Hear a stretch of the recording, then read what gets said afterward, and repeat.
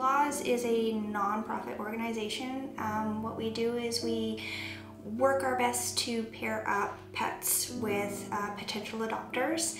It's a pretty rigorous adoption process so that we know that we are finding the appropriate home for each individual cat or dog.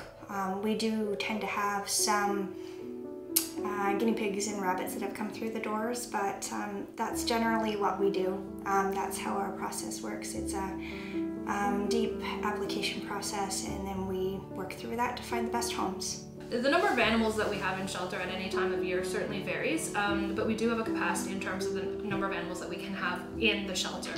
So at any given period of time, we can have up to 20 dogs and about 110 cats, kittens.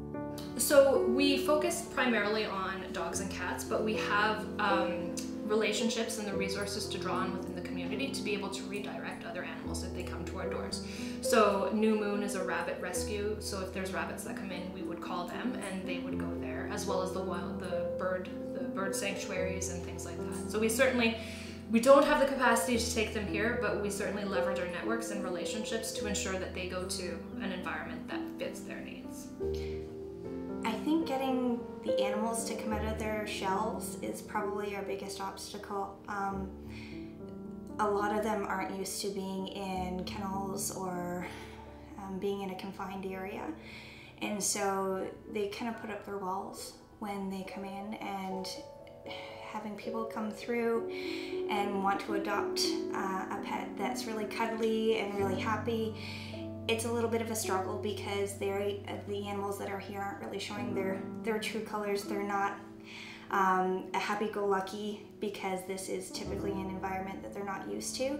So really getting the animals to come out of their shell and being the pet that they are underneath, getting that to come out is usually the obstacle that we have for them. The challenge is finding the best home for the best fit for the animal and for the family as well.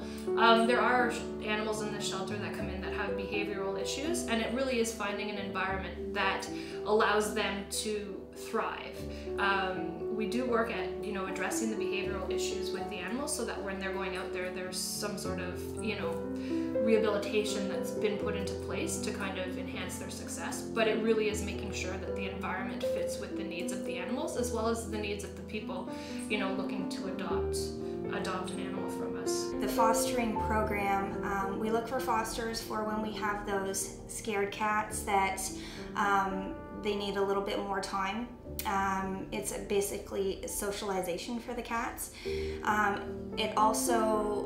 We like the foster parents because if there's medication that needs to be given, diabetic cats, cats that have a severe illness, dogs that have severe illnesses too. We don't typically see that, but it's more the cats.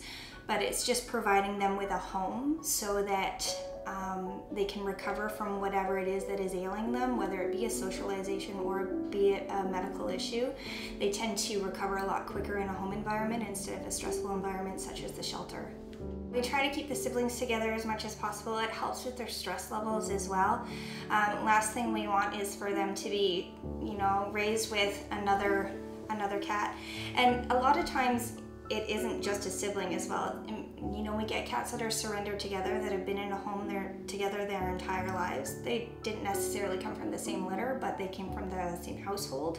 And keeping them together, because that's what they've known their entire lives, keeping the stress level down by keeping them together is, it's a win-win situation for everyone. We really rely on the community for a lot of support.